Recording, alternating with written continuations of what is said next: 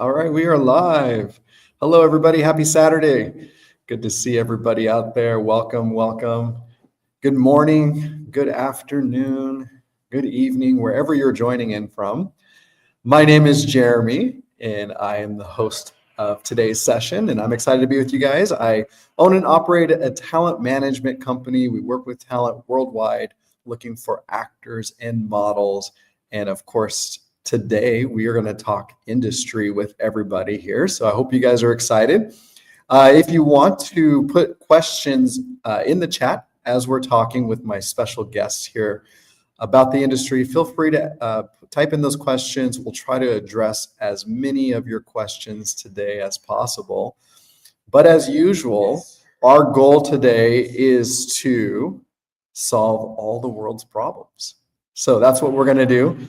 Hope you guys are ready for that. We have an hour to do that. So be sure to ask some good world problem questions for us as we are going through this and solving those problems for everybody out there. So it's good to see everybody. I'm glad to be with you guys. I love Saturday sessions with everyone. So yeah, hit me up in the chat. We'll talk with everybody here, but I do have a special guest I'm excited for.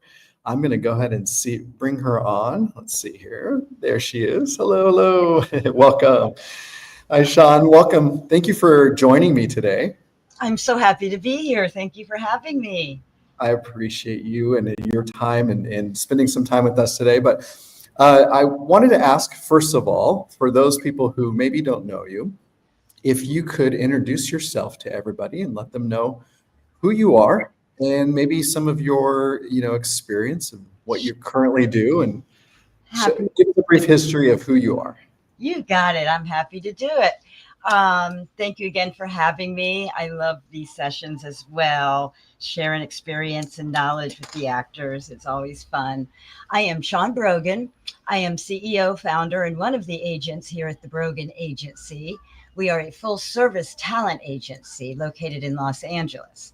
We're representing actors for film, TV, commercial, print, streaming, gaming, music videos, industrials, infomercials, plays, voiceovers, everything across the board.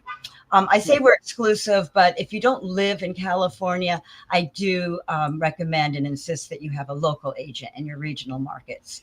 But if you're for California, we take you exclusively. But we do represent around the world and talent all around the world. We have a wonderful team of agents. So we break it down to departments. So one agent handles you for commercials, another for film, another for TV, so on and so forth. We have been in business for close to 28 years. It'll be 28 years in March, had the agency. We're considered a boutique agency. We only have about 300 clients, 200 adults and 100 children. So it's very manageable, very hands-on. We almost operate like a management firm with the extra detail that we take to attention. So yeah, about almost 30 years I've had the agency. I've been so fortunate to be in this industry for the past, I think, about 42 years. I started my career in the music side of the business, and that was a lot of fun. I got a big break early in my career. The great late Michael Jackson met me and hired me to go on the road with him. And I toured all of North America for about a year, learned a lot. He was such a great educator and such a great guy. He taught me so much about the business. And then I went on to work for Capitol Records, EMI Records, and then A&M Records, and then into music management. I've worked with a lot of incredible talent. It kind of sounds like I'm name dropping. I don't like to name drop, but it's part of my resume.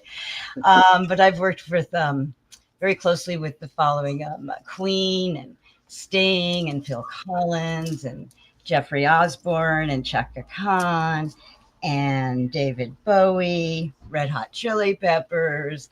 Then I looped back around and started working with Janet Jackson, and then her brother Marlon kind of kept coming. They kept coming into my life. I wasn't stalking them, but it just kind of happened that way. Lots of wonderful, incredible talent. They taught me so much. And in retrospect, looking back, there's three things that every one of them had in common, all these successful, talented people. And I like to share that with actors.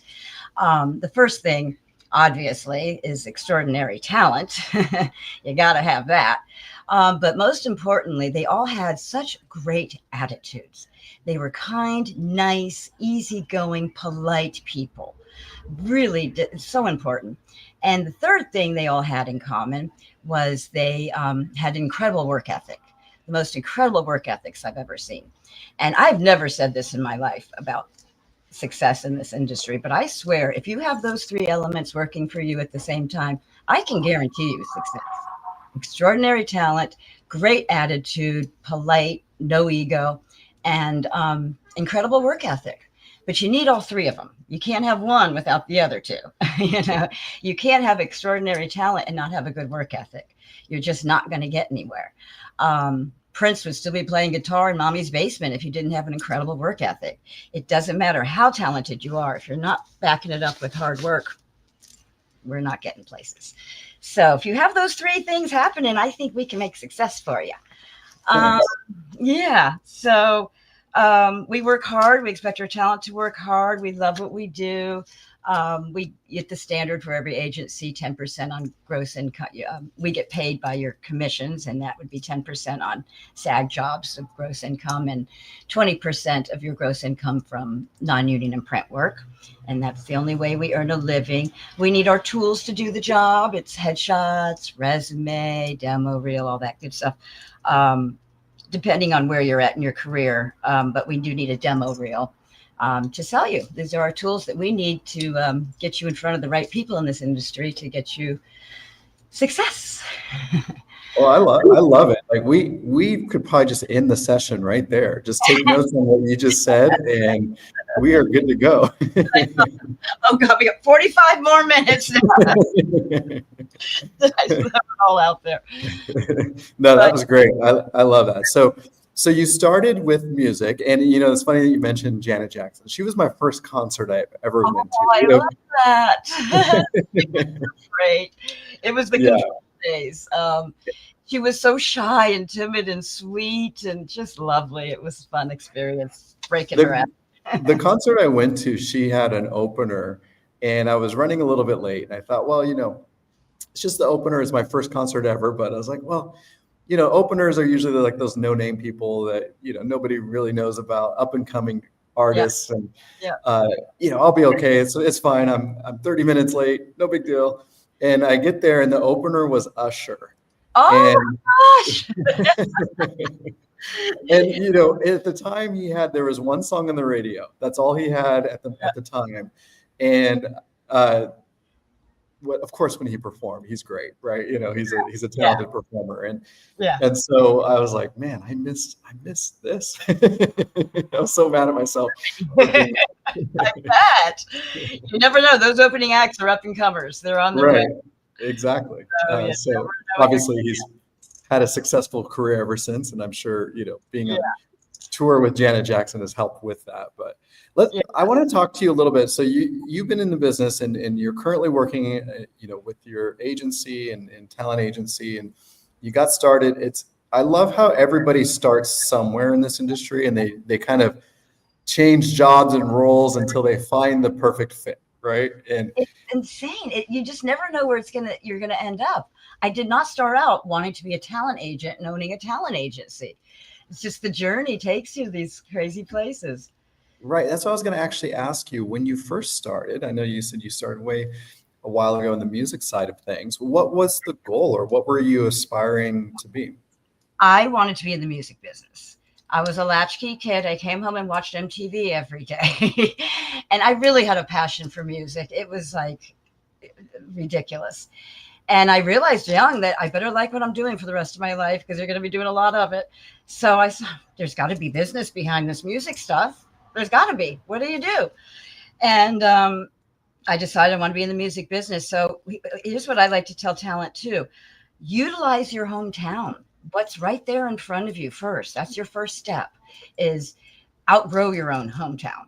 So what did I do? I'm in Coral Springs, Florida. I want to be in the music business. What do you do? Where do you start?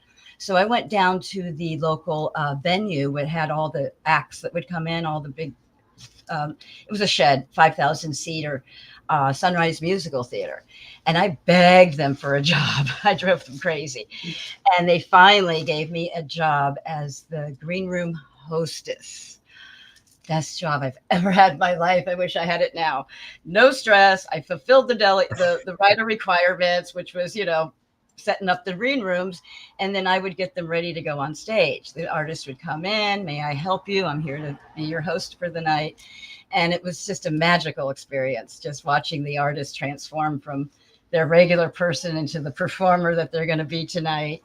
And I did that for 5 years. My boss told me, I'll give you this job. You want to be in the music business? Fine. I'll give you this job. You're to be a fly on the wall. You're not to speak unless you're spoken to. And you just sit there and you listen, and you will learn a lot. And boy, did I.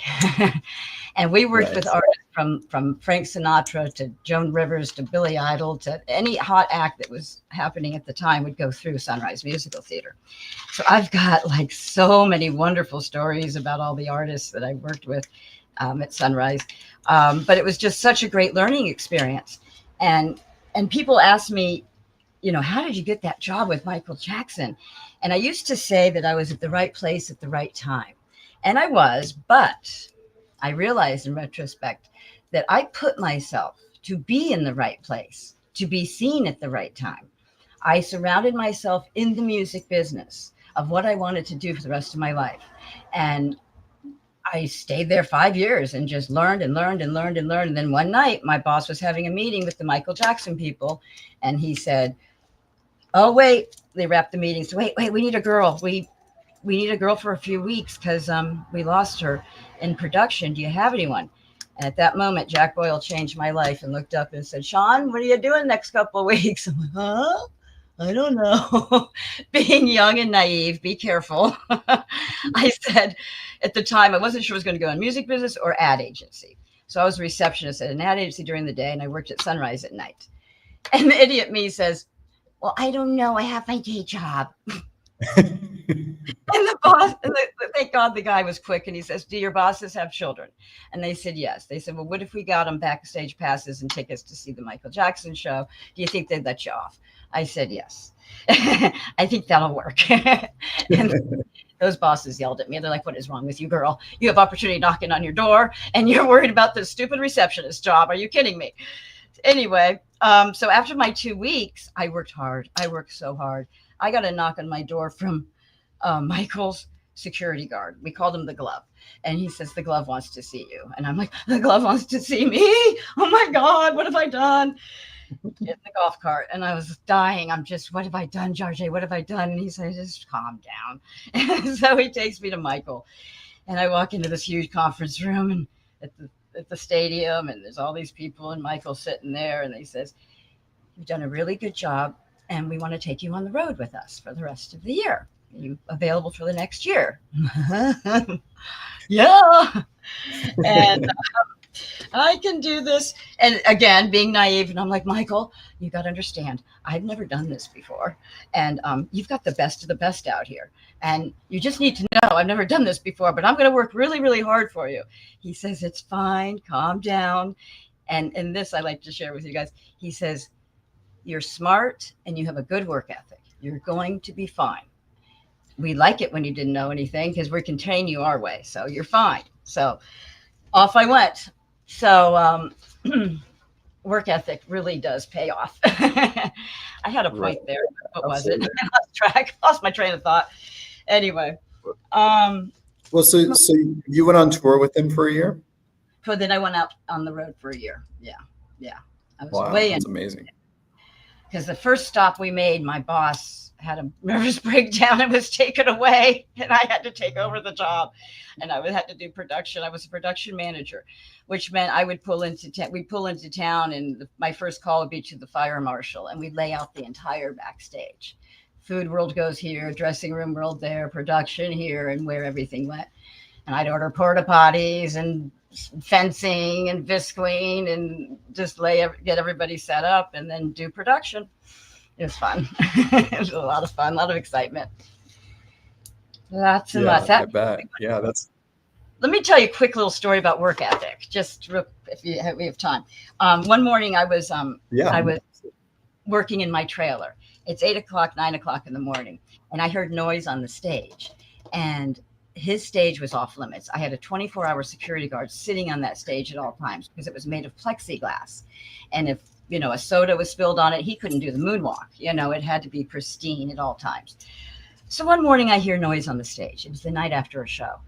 I'm like, oh my God, who's on the stage? So I go running out to the stage, and who do I see? Michael Jackson. 9 o'clock in the morning, sitting there dancing away. I was like, Michael, what are you doing? He says, oh, hi. He goes, I missed some steps last night. You missed some steps last night. I said, no, nobody noticed you missing any steps last night, Michael. The show was sensational. He goes, oh, no, I know. And I messed up a few things, and I've got to get it right. Now, mind you, he was the biggest star in the world at the time, bigger than Taylor Swift and Beyonce put together. I mean, he was huge. And here he is, 9 o'clock in the morning, working on his act. I was just blown away. I was like, and that's why you're the king of pop, Mr. Jackson. Go at it. He didn't have to do that, but he did. But that's why he was who he was. He worked that hard.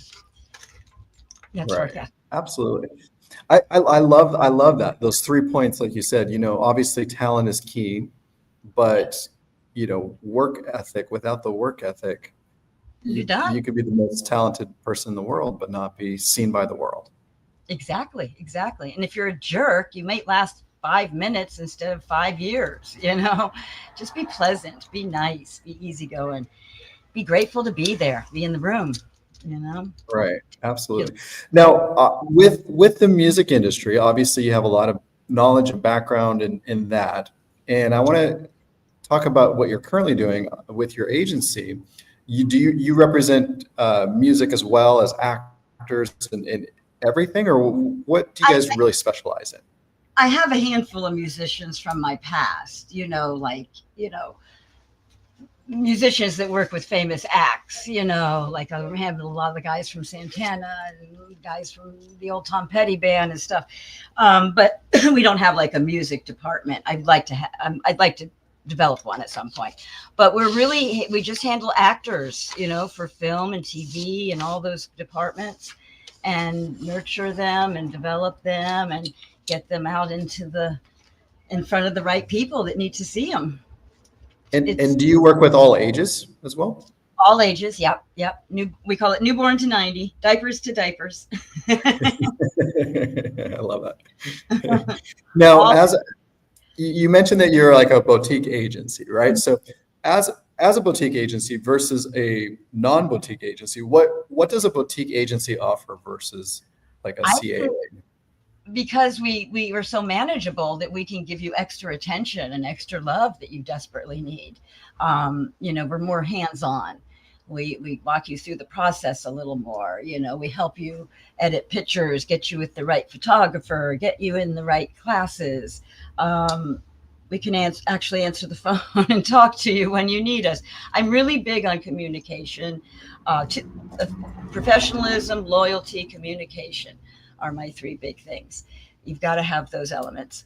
But as far as I'm concerned, we're business partners once you sign with the Brogan Agency. So we just need to approach it like a business partnership. But I think just more hands-on, being manageable. And I guess we can offer that a little bit more. Yeah, we also have a lit department too. I don't think I mentioned that. It's separate from the actor stuff, but we do have that available. Nice. And so obviously being a smaller agency helps you be more hands-on, but what some actors I don't think understand or realize, they think, oh, I want to be at the big agency. But sometimes you can get lost in those big agencies, or you can not get the work that you Let's need. talk about this for a minute. Okay. Yeah. I love signing new talent, brand new talent. This is going to sound corny, but it's going to have a little highlight into my character. I like to be the Michael Jackson in your life. Michael believed in me before anyone should have, could have, or would have, and should have, and I like to be that person in these young actors' lives. But we're a good agency. We're really good at what we do. And if you haven't had an agent before, you don't have anything to compare it to. So what happens sometimes when I have brand new talent and we start rocking and we're rolling, we're cooking, you're going on auditions, you're booking jobs, we're doing what actors are supposed to do. I'm doing what an agent's supposed to do, and everything is going great. And my beginners, they look across the street and they see that big 20-story building and they think, oh, I'm doing so good at this boutique agency. I'll do even better at that big building. Biggest mistake you could ever make. Trust me. We're all dealing with the same casting directors, the same projects, the same TV shows. When you found magic in this business, if it's not broken, you don't need to fix it. Leave it alone. Let it be. Don't let your ego take over and think that it's all because of you. I'm such a great actor. I'm doing good just because of me. Don't forget the team that's behind you that's doing this too. It's a team effort. We're all working together. And if you found that magic, you better hang on and hang on tight, because it's heaven. It's magic in this business. I've had a few actors do this and go across the street to CAA after they start rolling. I get them on that series regular, and now they're cooking. And I swear every time it's ever happened, in 6 months, they're knocking on my door with flowers and candy, begging me to take them back, because CAA won't even return their phone call now. Okay. And now I'm disgusted. You cheated on me. You want me to love you just same as I did before? Really? And take that momentum back and that excitement? Oh, I probably won't take you back, Right. So my point is, when you found it, magic, and it's not broken, leave it alone. If you feel you need to add more, this is where you bring in the communication feature to your agent and talk to us. I do have a couple people at CAA. We're sharing them. We're sharing the talent. That can be done. We can do that. We can co-agent with each other. Instead of that actor having a manager, they have me and CAA. Call me whatever you want. Just give me my 10%. I don't care if you want to call me a manager or an agent. But you don't want to cut off the mothership, the one that loved you, the one that nurtured you, the one that got you there, that brought you into port. It's not a good idea. You want to cut those lines to go out to sea by yourself? No. And you want to be the big fish in the small pond, because we're going to give you so much attention and love, and it's not broke. But we can bring in extras if we feel it's necessary. I find the only thing that benefits us for those big boys is the in-house packaging that they do. Other than that, we're all doing the same doggone thing with the same casting directors and the same networks and the same studios. But they do have those big in-house packaging. That means when they represent the producer, the director, the writer, they have all of them are in-house. And then they just in-house looking for the actors to fulfill these roles. But it's called packaging, and it's kind of not fair, but it is what it is. I get that stage. You can do that, and more power to them. But I think that's the only benefit you get that I can't offer, really. I mean, I know you all say, oh, the contacts. I've got all the contacts. I've spent 30 years building relationships with these casting directors. I'm working with the big leagues here.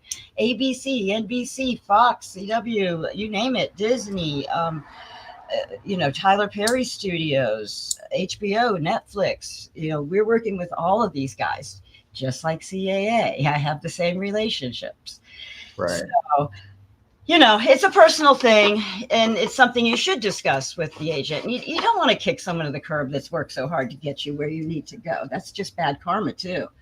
Heard of Emma Fitzpatrick? No, you haven't. That girl is on her way up, and she pulled the rug out from under us, and now we don't hear from her. She started rocking and rolling and got her some great work, and she decided to have her boyfriend manage her. Within 6 months, her career just went down the tubes. Well, and what people don't also need to understand is that a casting director, they don't really care where the talent, who represents them. No, right? They don't look at that side of things and say, oh, care less. right. They just look at the talent, and if they love the talent. And they don't care if those 3 little SAG words are on the resume either. They're looking for good actors. They don't care if you're union or non-union. They want to fill the role, whatever that might be. Let me tell you, these casting directors much prefer dealing with me than CAA. They flat out tell me, I love calling you. You're nice. It's a pleasure to talk to you. You don't argue with me. You know, do agents really argue with you? Who the heck does such a thing? But I spent a lot of time early in my career starting this agency building relationships with casting directors. I learned that real fast that, they're my source, they're my bank. Let's make relationships with these guys first. And I did. And now they're all my friends. They're industry family. We go to lunch, brunch, cruises, vacations, happy hours together. We hang out. We love each other. And we are industry family. We're tight. But I always tell them, like, I know them. I have the relationship, but they don't know you. And this is why you need to do your auditions. You have to do every audition. You need to get in the room. There's only a handful of casting directors. They're the gatekeepers. So they need to get to know you as an actor. They need to get to know you. And they do that by you sending in your self-tapes and doing the job that you're here to do. And I know that I get this question all the time. How can I stand out to casting directors on my self-tapes? How do I stand out and be memorable? And I have the answer. I've asked them myself, and I get the same answer from every casting director I ask. It's really simple and it's really obvious, but it's the truth. You're not going to like the answer, but this is the truth. I have the answer. Be a great actor. That's how you stand out. That's how you become memorable to casting directors. Be fabulous. That's it. No confetti, no glitter, no bells, no whistles, no spelling your name differently so you stand out. Be a great actor. They'll never forget you. They're looking for great actors. And if they don't want you for this role, they're going to save you for another role. You know, very often the auditions go like this. It's self-tape, and they'll have the casting associates, the casting director, someone maybe from the network, the director, a producer in that room watching your self-tape, and they'll go like this. You know, I like this Susie. She's a great actress. She fits the specs. I don't feel her for this role, though. Well, let's just pass on her for this role. But you know the script we read last night? We're going to do next month. Wouldn't she be great for the role of Franny, or name a name? Wouldn't she be great for that role? Oh, yeah, let's put her in that pile. You're winning because you did an audition, you know, so you got another opportunity out of it. So don't focus so much on the little details, guys. Like, I get calls every day of actors saying, I'm not available for the shoot date, so I can't do the audition. First of all, shoot dates change constantly. Right. In the audition, you're probably not going to get it. It's not an offer. It's an audition. You all think that auditions are offers. They're not. They're opportunities to get in front of a casting director. Right. Do it. Turn it in. You most likely aren't going to go forward, but at least they've seen you, and they will put you in that other pile. And, you know, what actors need to understand also is that when they get requests for an audition, there's something that the casting liked about them and actually requested that they audition, right? So they're getting an invitation to participate. And we beat out every casting directors tell me they get 2,000 to 5,000 headshots per role. We beat out thousands of people to do that. And that drives me crazy. I'll get the calls. I get 101 excuses every morning from actors why they can't do an audition. And I'll get the call, well, I'm not right for this. Okay, that one drives me the craziest. You're not right for this. Well, I'm sure glad you're not the casting director. Okay, let me explain something, little actor, that I love so much. I think you're right for it. The casting director thinks you're right for it. You've got two industry experts that think you're right for it. The only person that doesn't think you're right is you. Why are you talking yourself out of a role? There is something there they want to see. Now, keep in mind, too, sometimes these character descriptions, you'll look at the character description, you look at yourself, and go, I don't see it. Well, it's not your job, first of all, so don't worry about it. But they may have had a meeting that morning, and they may have said, now we want him. They may have made a big character change in it. And then casting went back through pictures, and then they're bringing you in. Okay, so things change. Don't take that word. If it's something crazy like let's juggle and ride a unicycle, bring that to the attention of your agent. That I can't do that. That's important stuff. Yeah, so bring that to our attention. It could have been an oversight. But that kind of stuff, fine, communicate with. But other stuff, just be glad you have the audition and get in there and do it. Do it. Do Right. it. Good job. Be an actor. And that's what actors also need to understand is I know it can probably be frustrating as an actor to maybe spend a year submitting auditions and not get a booking, right? But what they need to understand is that is really the job, is auditioning. You're a working actor now. It doesn't matter if you booked it or not. You're still a working actor, and it might take hundreds and hundreds. But look at it as practice. Look at it as a good thing, not a bad thing. You're being called in. They like you for some one reason or another. We were laughing last night. One of my actors, we're keeping a tally because it's like a joke now. He's been called into Grey's Anatomy 28 times. 28 times. We just laugh. We just laugh. A casting director laughs. I laugh. The actor laughs. We're like, this is hysterical. Really? And most actors go, God, he must not be doing a good job or there's something wrong. No, he's doing fine. They love him. They want to hire him. But for some crazy real reason or not. And there's times where he's booked it where they said, you know what, though, let's just wait for a bigger role because we like him so much. We don't want him in here just to do 2 lines. Let's wait for a guest star. So, you get, that's the kind of response you want from casting, That's because they love this actor. Obviously, he's doing something right because if he's been asked 28 times by the same people to audition, right? Now, there's 2 sides. Like this actor, we're laughing, we're making a joke about it, we're doing it, and we just think it's funny. That's one type of actor. Then true story, I had another actor who went in for NCIS with Susan Bluestein about 15 times, okay? And I called him again. He got another time with NCIS, and he goes crazy on me, absolutely ballistic. F her, how dare her keep calling me in? She knows who I am. She knows. F, I'm not going to go in again. She knows it. Wow, really? Okay, good attitude. You got dropped because that's just a horrible attitude. You should be happy about these things. You're winning. Go for it. Yeah, so you want to just roll with the flow, go with the punches, don't take it, so personally, really, please stop taking the rejection. They're not rejecting you. They don't know you well enough to reject you as a person. It just went a different direction. There are 101 reasons. This is why I don't drop talent for not booking. Most agencies will. If you're doing everything else right, there are too many factors that go into a booking that have nothing to do with the actor. I had one actress not book the job, and everyone in the room loved her. They wanted her. It was huge. It was a series regular. They wanted her so bad. I mean, the producer, the directors, the casting, everybody, the network, everybody wanted her except one producer. One producer. He said, absolutely not. They're like, why? She's perfect. Nope, not going to happen. Why? She wears the same perfume as my ex-wife. True story. Yeah, fact. No, I believe it. So point is, don't take it personal, guys. Really, it has nothing to do with you.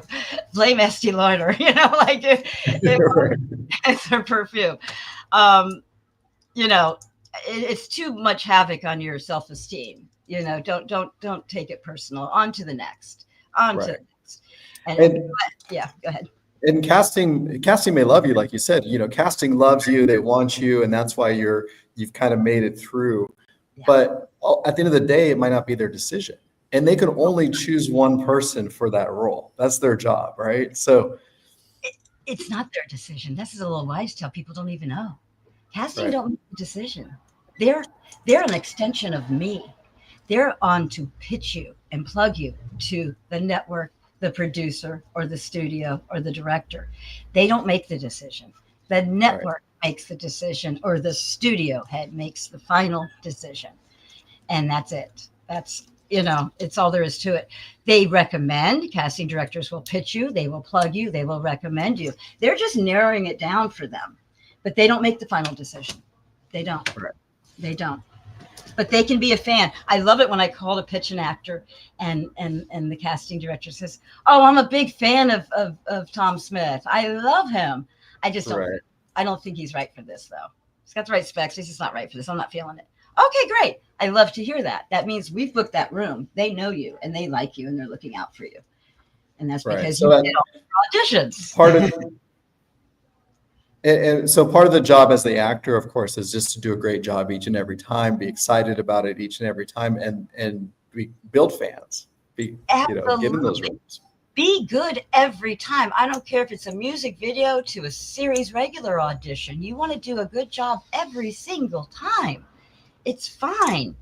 And stop worrying about your competition. You can't do anything about it. They're here to stay. You happen to choose the highest competitive field of business that there is. Ignore them. Forget them. Don't do anything about it. Work on you and your acting skills. Don't worry about that person sitting next to you who's going to go in that callback. You have just as much of an opportunity to get that as they do. I don't care if you've seen them on TV 150 times and you're thinking you're just hurting your own head. So just don't worry about the competition. There's nothing you can do about it. But what you can do is be the best actor you can be and get your job done and quickly as you can do it, meaning auditions and stuff like that. Just focus on you. Don't worry about the others. The reason why I'm a retired actor is because every audition I went to, and I'm sitting there, Chris Hemsworth's sitting next to me every time, and I just got so tired of losing to him that I. Just kidding.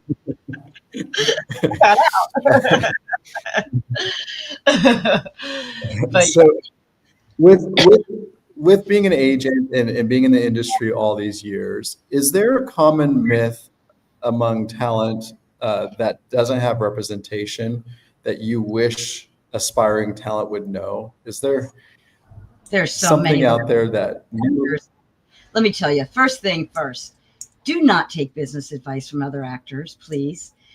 Only take acting advice. That's their wheelhouse. That's what they know about. But business advice, every time I get the craziest request from an actor, I'm like, oh my God, an actor told you that, didn't they? And they're like, oh, how'd you know? Are you clairvoyant? No, it's insane. It's crazy. They make up crazy, silly little myths. It's the funniest thing I've ever seen. For instance, let's just take one. Your demo reel must be 3 minutes or 4 minutes, not longer. Why? Why? You can make your demo reel as long as you want it to be. Doesn't matter. We got a cool little thing. It's called a mouse. We hit stop and pause when our attention span's up or when we've seen all we need to see. Don't cut your reel in half because it's past 3 minutes. Who cares? Let it roll. Put all your good work on there. It's fine. Doesn't matter how long it is. So yeah, there's lots of little mythy things that make me kind of crazy. But just don't take business advice from actors. Take acting advice from actors, and take the business advice from the experts like Jeremy and me and others. Well, and also just be careful who you do take advice from. Yeah. You're getting advice from your competitors. Let's not forget that. Right. Yeah. Are they telling me the truth about this, or is it the opposite? But yeah, they just don't generally know. They're good at acting stuff, but just go through the experts for business advice. Or don't get advice from your crazy Uncle Fred who thinks he knows everything about the business and has never worked a day in his life in the industry. Right? And you think just because they're on TV, they know it. Let's talk a little bit, if you don't mind. It's something that's really important to us that we insist on, that our actors constantly stay in class. You have to continually work your craft, always. It's like a football player who gets signed to the NFL and he got his $10 million check. He's got his jersey. He's all ready to go. And he says, well, I got the money. I got the job. I'm not going to work out anymore. We're all going, but wait, you're in the big leagues. You got to work out harder. Right. Same here. When you get an agent, you're with the big leagues now. You're going to be up in front of some of the biggest networks and studios in the world. And you better be ready when they call. So constantly stay in class. We kind of graduation. Like I just had a girl that graduated last week. She doesn't have to take classes anymore because she's consistently working. She's working at least 3 to 4 days a week as an actor on set. She's practicing her craft 4 days a week. That's fine. Great. I told her you're getting paid to go to class now. I mean, granted, she's a beginner, but she's doing, and don't freak out, everybody. She's doing vertical shorts because she's just starting out. She has no demo reel. She has no experience. I know it's a big vertical shorts. There's nothing wrong with it. You know, when you're starting out, I need tape copy Right. on a girl. I need her to get some experience. I need her to put some stuff on a resume. She's booking left and right. She's having a ball. These are multi-million-dollar studios they're working out of. Okay. I know some of the content with vertical shorts is silly and corny, but whatever. When you're just getting started, let's get you some experience. Let me get me some tape copy so I can go sell you to the networks. Right. And people, I love, oh, here's another myth that actors make up. Oh, that'll be bad for my career. Okay. First of all, let's get a career. I don't really say this out loud to them, but I'm just going to say it to you guys. You don't have a career. Maybe I don't hear, but you don't have one yet. So don't worry about it being bad. Second, the only thing that's going to be bad for your career is bad acting. Seriously. Right. I used to, in the old days, nudity or porn would be bad. You know, nowadays it's so acceptable. I don't think anyone cares, but I would frown against that. But other than that, what's going to hurt your career? Bad acting. Only bad acting. There is no producer on this earth that's going to look at your resume and go, oh, they did a short film last year. They did a vertical short. I'm not hiring them. No one's doing it. Now they might look at that and go, oh, look at that horrifying acting job. That will lose you the job. But just be a good actor all the time and nothing's going to hurt your career. And I say this, I've said this before, you know, Bonnie Wallace, Dove Cameron's mom, I was talking with her a while back and she was telling me how when Dove first started, her big breakout role was on the show Shameless. She had a reoccurring small part in that series. And her dream was to be on Disney, like to star in a Disney show. And this is obviously before Liv and Maddie. But when she got that part on Shameless being kind of more adult content show on HBO, she was worried. She was worried, oh no, this will hurt my Disney opportunity. Oh, right. Sure. And she was on the show, I think 3 or 4 episodes is what she ended up being. I don't know what season it was, season 3 or something like that. But that was actually her big break. That's, you know, they saw her on that show and when she went into audition for Disney. It's all stepping stones. Everything in this business, you work with one thing, it's going to lead you to the next.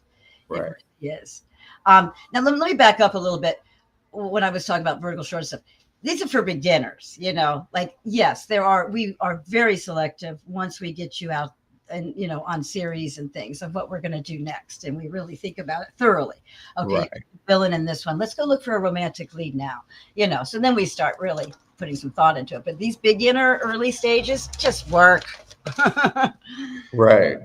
Yeah. And also take it be as passionate about the job and the role, even if it doesn't pay a lot, even if it's, you know, if it's your first, second, third time on set and it's not a big opportunity, it's a small part. Let me tell you how success happens in this business. Repeat business. That director worked with you on this little thing. He's not staying in that realm. He's not going to stay and do music videos for the rest of his life. He's going to go on and do a film or a TV show or commercials, and they'll take you with them. I watch it all the time. Yeah, we worked with him in the past. We love him. Let's bring him back. Clint Eastwood was good for that. Yeah, he was good for that. He would always bring people back. I got a cute little quick Clint Eastwood story. I had one of my clients booked 4 seasons. What was it?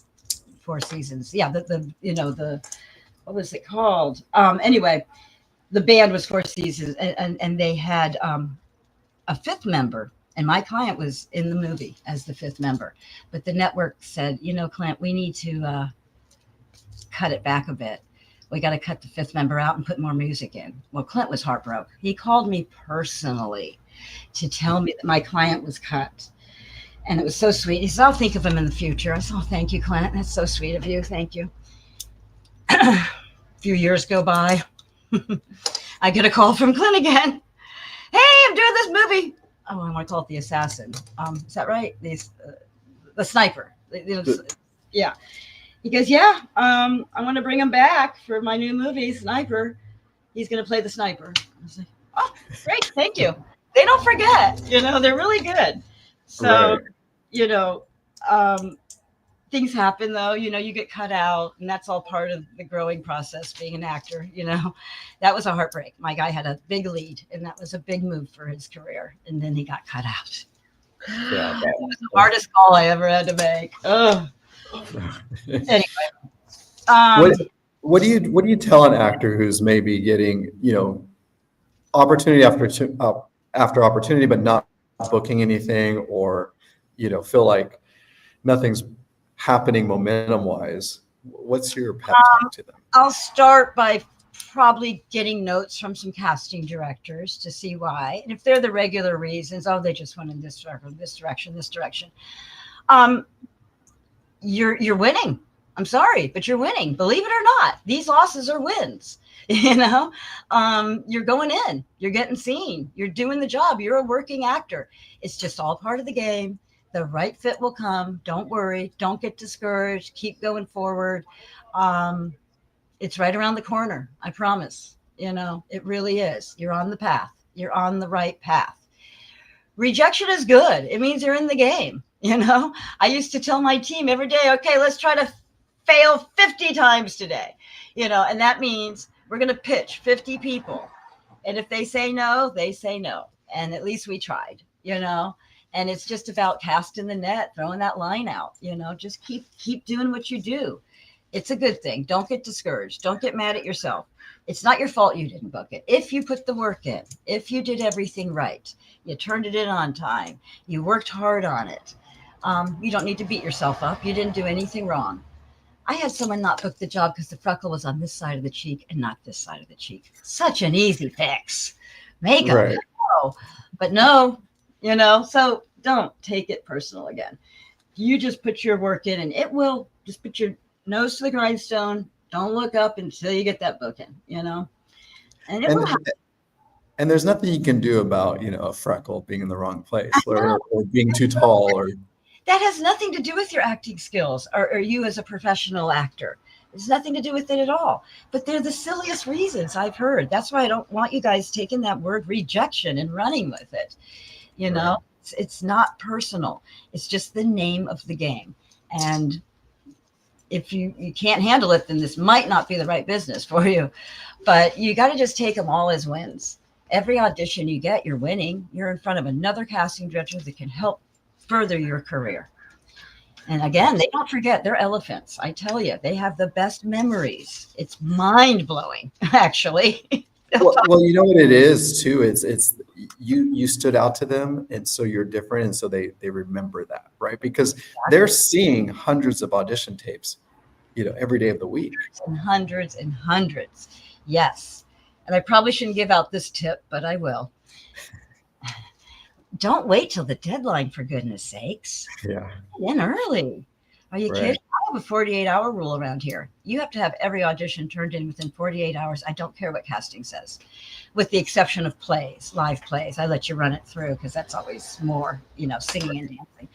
But because I sit on this side of the desk and I get those calls. I'll have an audition for an actor. I'll send it out on Monday. It's not due till Friday. Casting's calling me on Wednesday telling me that it's at network and we're waiting for approval. And thank you for turning it in so early. I get a call Wednesday afternoon and then she says, network approved it. Let's book it. And I've got this job wrapped and closed Wednesday afternoon. And the loser actor's laid on the couch going, it's not due till Friday. You lost out. Now, think about the logic in this. This is why I started this rule. Anything that's ahead of schedule in this industry, we're saving money. So what happened in that situation was casting was thanking me profusely for turning it in early. She is a hero to production because she got this wrapped and done 2 days ahead of schedule. They're loving casting director's loving me, actors loving me, and everybody's happy, So this is part of your competition. The early bird gets the booking, and she's done. They're happy. Nobody wants, and the thing is, think about it too. You've got 250 self tapes to look at. You sit down you're a casting director. You sit down to look at them. Bum, bum, bum, bum, bum, bum, bum. You found the guy. 10 in. He's the guy. I don't need to go further. He's the one. Boom. Because he turned it in early. Right. And so there's no point in watching the other 240. Exactly. Because that's just wasting your time, and you've already found the guy. Found him. Finished. And that's the other thing I always try to tell new and aspiring talent is that get really good and really comfortable with self-tapes and become quick with being able to do your setup. So practice that at home. Those of you who don't have representation today, who may be watching, get a self-tape setup at home and practice, because imagine you're the person that spent 3 hours to film this 30-second self-tape, and you got it in, and casting went through 10 tapes, and you happen to be number 12, and they chose the person off of number 10. You spent 3 hours of your life on something that they didn't even watch. You know, but if you were able to do that quickly and maybe just spend a half hour on it, it's so much better for everybody involved. Absolutely. Including you, they can turn it in faster, right? And there's little tips, you know, make sure you have a ring light. I'm a great example of a bad example right here today. Brownness behind me. I'm a brunette. What am I doing sitting in front of a brown background? I'm a floating head over here. You know, you want to have a nice contrasting color behind you. African Americans, don't put black or brown behind you. Caucasian, don't put yellow, tan, or white behind you. You know, a nice contrast. So you pop. It's little things that go a long way. And good ring light. I don't even have that. I'm a good, don't do what I'm doing. Ring light and good audio. And what we used to do, what we would do at the office when self-tapes first started, is we just took a wall and we put a curtain rod on it. And we went to the 99-cent store and got a whole bunch of different colored shower curtains and just hung them. And so we would pull the shower curtain for whatever color we wanted. Right. It's really simple and easy to do, but you got to practice it. And this is the new first impression, guys. You know, you can't be standing in front of the refrigerator with kids' artwork and the dog chasing the cat, you know, and another thing, a ceiling fan above your head, you know, things like that. You can't do that. Will you be proud if CBS watches this? Are you going to be proud if Hulu is watching this and Netflix? You know, that's your first impression now. So it's got to be good. It's got to be good. And just do the words on the page. You're not the writer. Do not change the words around at all. You can add your flair, you know, but big mistake is when they change the words. Don't do that. You're not the writer. You're the actor. You're hired to bring those words to life, not to change them. They have professional writers doing that. And stay in your lane. and you know, setting up that self-tape and being good at that, it doesn't take long, and it's really simple, some things you can do. But the first time you do it, it's going to take a while, right? You know, the first couple of times until you know what it takes to perfect it. And that's why you practice. Right. No excuse. Practice right at home, in your home. Set a little corner aside as your self-taping studio and work on it. Do it. And like you mentioned in your career, you said that you got lucky, but you really didn't get lucky, because your preparation met opportunity that became luck, right? Exactly. And I put myself to be in the right place at the right time, you know? Right. Yeah. And that's what, you know, acting is all about as well. You know, imagine if somebody's out there today and they get an opportunity to work with you and you sign them, and then something comes across your desk later on that afternoon that they're perfect for, but casting needs it by tomorrow. If they didn't put in the practice or to learn all these things. Exactly. That's why I'm in class, because when I call you for that series regular at CBS, you better be on it. You better be good, because they won't bring you back if you're crap. They're just not going to be interested in it anymore. This is not the time to cut your teeth. This is the time to be a pro. And remember, guys, these are huge, major American corporations. They're very conservative, as they've been proving. They're big time American corporations. I know you're in the artsy fartsy field, but you're merging with huge corporations. You can't mess around. You got to be on time. You got to be 15 minutes early or you're late. You got to be prepared. You have to have a good demeanor. You have to present yourself well. You know, they are no joke. They're judging every single thing about you from the beginning, especially these series regulars, because once you sign up with that, they own you, and you are representing them on a daily. And they're very particular who's representing them and what they're saying and what they're doing. So you got to be careful on your social medias right now, guys, especially now. Okay. Serious. Like, I can't go yelling about Jimmy Kimmel. My actors can't go yelling about Jimmy Kimmel because we'll be banned from ABC. The trickle down of this is very, very scary. You know what I mean? Like, I can't go sharing my point of view anymore because I'm attached to ABC and they won't work with me. It's kind of scary how we're being silenced. But, be careful out there right now, guys, with your stuff because you'll be representing them one day, hopefully, if we're all doing our job. And they'll be your employer. And and hopefully you'll be making good money as well, right? That's obviously the reason why. Money. This is why we go through blood, sweat, and tears. And now we're getting $75,000 to $100,000 per episode. Right. Episodes. It's fun when we get to that rate. It's really fun. So it's a complete different world. It's a whole new ball game, baby. And you better fly right. They don't mess around. You got to be really, really. I've had people get fired at the table read because they were blowing bubble gum. Oh, okay. It's no joke. Yeah. So well, Shawn, I would love to sit here for hours and pick your brain, especially about your music past. Maybe we'll schedule another session and we'll talk only music or something. I got asked to, a publishing house asked me to write a book, so I'm in the midst of that now with all my music business and stuff. So I know it's what have I done? What have I signed up for? Trying to get it done. Well, thank you for your time today. I know that you had a busy weekend, I'm sure. And what would be a way if somebody's out there and if somebody's watching right now and they wanted to, get an opportunity to perhaps work with you or your agency, what would you can recommend that they do? Feel free to send us your headshot, resume, demo reel, and we are watching now self-tapes of a commercial from home because we have to look at your self-taping skills nowadays to make sure it's right. And you can send your materials to Shawn, SHAWN, at thebrogainagency.com. That's fine. Then me and the team will review it.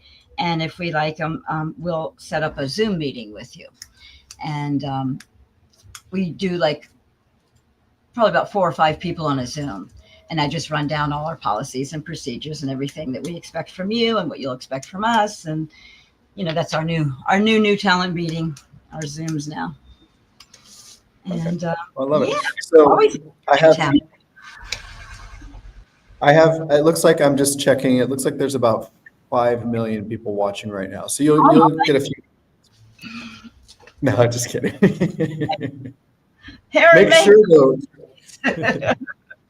Make sure if you do reach out, right, to mention that they got your information for watching us here today. And yes, thanks for joining, everybody. I love being here. I love doing this. Is my favorite part of the job. I like to share experience and knowledge and help beginners and the veterans get through this. It's a tough gig you guys chose for yourself. So we're here to help you. Hopefully. Well, we love everybody being here today. And Shawn, thank you for coming on. I appreciate your time. I know the last time I saw you, I was trying to think when we saw each other in person last. Orlando. Yeah, it wasn't too long ago, but hopefully we can get a chance to see each other again and definitely I want to dive deeper. I love your events. Your events are my favorite, one of my favorites. They're just so lovely and classy and well done. I always find great talent and find such good people. I appreciate that. I tell everybody that they have to say that about my event. You didn't tell me. I mean it. Not kidding. Well, enjoy the rest of your weekend. Again, good seeing you. Hopefully we can see each other soon. And thank you everybody for joining us. We will see you guys. No questions? On the next one. Well, that was all the questions for today. That's all the time we have. Okay, we did. Okay, I didn't realize that. I thought the talent were going to ask you. Oh, you guys. Well, thank you for having me, and feel free to send your materials. And I appreciate all of your time today as well. Thank you. Enjoy your weekend. Bye, everybody. You too. Bye-bye.